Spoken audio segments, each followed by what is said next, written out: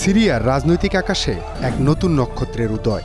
বাশার আল আসাদ সরকারের পতনের পর এক নতুন বিপ্লবী নেতা আবু মুহাম্মদ আল জোলানি কি সিরিয়ার জন্য নতুন আশা নিয়ে এসেছেন? ইসরায়েলি হামলা ও রাশিয়ার সমর্থন কিভাবে বদলে দিচ্ছে সংঘাতের চিত্র?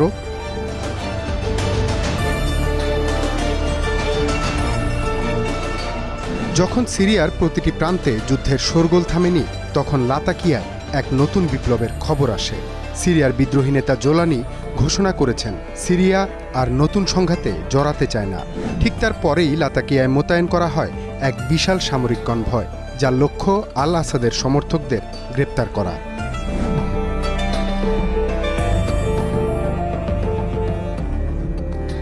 এর অল্প কিছু সময় আগে সিরিয়ার বন্দরনগরী লাতাকিয়া থেকে রাশিয়ার একটি কার্গো বিমান লিবিয়ার উদ্দেশ্যে রওনা করে।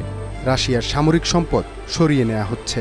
রাশিয়া কি সিরিয়ার নতুন রাজনৈতিক পরিস্থিতিতে পিছু হটতে শুরু করেছে? ওদিকে সিরিয়ায় ইসরায়েলি বিমান হামলা চলছেই। ৬১টি ক্ষেপণাস্ত্র সিরিয়ার সেনাবাহিনীর উপর নিক্ষেপ করা হয়েছে। এসব হামলার উদ্দেশ্য কি? ইসরায়েল কি আসলেই সিরিয়ার সাথে সরাসরি সংঘাতে জড়াতে চায়?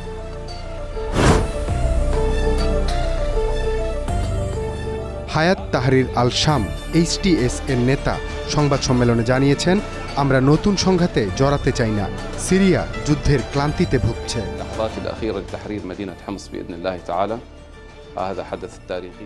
দেশের পুনর্গঠন ও স্থিতিশীলতা অর্জন করার জন্য তিনি আন্তর্জাতিক সম্প্রদায়ের প্রতি আহ্বান জানিয়েছেন, যেন তারা সিরিয়ার সার্বভৌমত্বের প্রতি সম্মান দেখায়। সিরিয়া কি সত্যিই শান্তির পথে এগোতে চায়? সিরিয়া এবং রাশিয়া সম্পর্ক আরও নিবিড় হয়েছে। বিশেষ করে জোলানি রাশিয়ার সঙ্গে সম্পর্কের ভবিষ্যৎকে সম্মানজনক এবং সহায়ক বলে মন্তব্য করেছেন। সম্প্রতি রাশিয়া ক্ষমতাচ্যুত আসাদকে আশ্রয় দিয়েছে। এ বিষয়ে জোলানি বলেছেন, রাশিয়ার সঙ্গে আমাদের সম্পর্ক এমনভাবে পরিচালিত হওয়া উচিত যা উভয় পক্ষের স্বার্থ রক্ষা করে। বর্তমান পরিস্থিতি আন্তর্জাতিক সম্পর্ক সতর্কতার সঙ্গে পরিচালনার দাবি রাখে।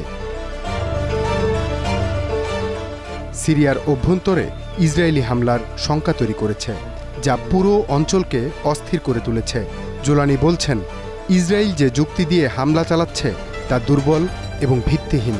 তিনি দাবি করেন, ইসরায়েলের এসব হামলা সিরিয়ার মাটিতে রেড লাইন অতিক্রম করেছে এবং এর ফলে অঞ্চল জুড়ে উত্তেজনা বাড়ছে। গত কয়েকদিন ধরে ইসরায়েল সিরিয়ার ভূখণ্ডে একাধিক বিমান হামলা চালিয়েছে এবং দাবি করেছে যে তারা সিরিয়ার আকাশ প্রতিরক্ষা ব্যবস্থার ৮০-৯০% ধ্বংস করে দিয়েছে। এর পাশাপাশি ইসরায়েল ১৯৭৩ সালের আরব ইসরায়েল যুদ্ধের পর ঘটিত সিরিয়ার নিরস্ত্রীকরণ অঞ্চলে প্রবেশ করেছে।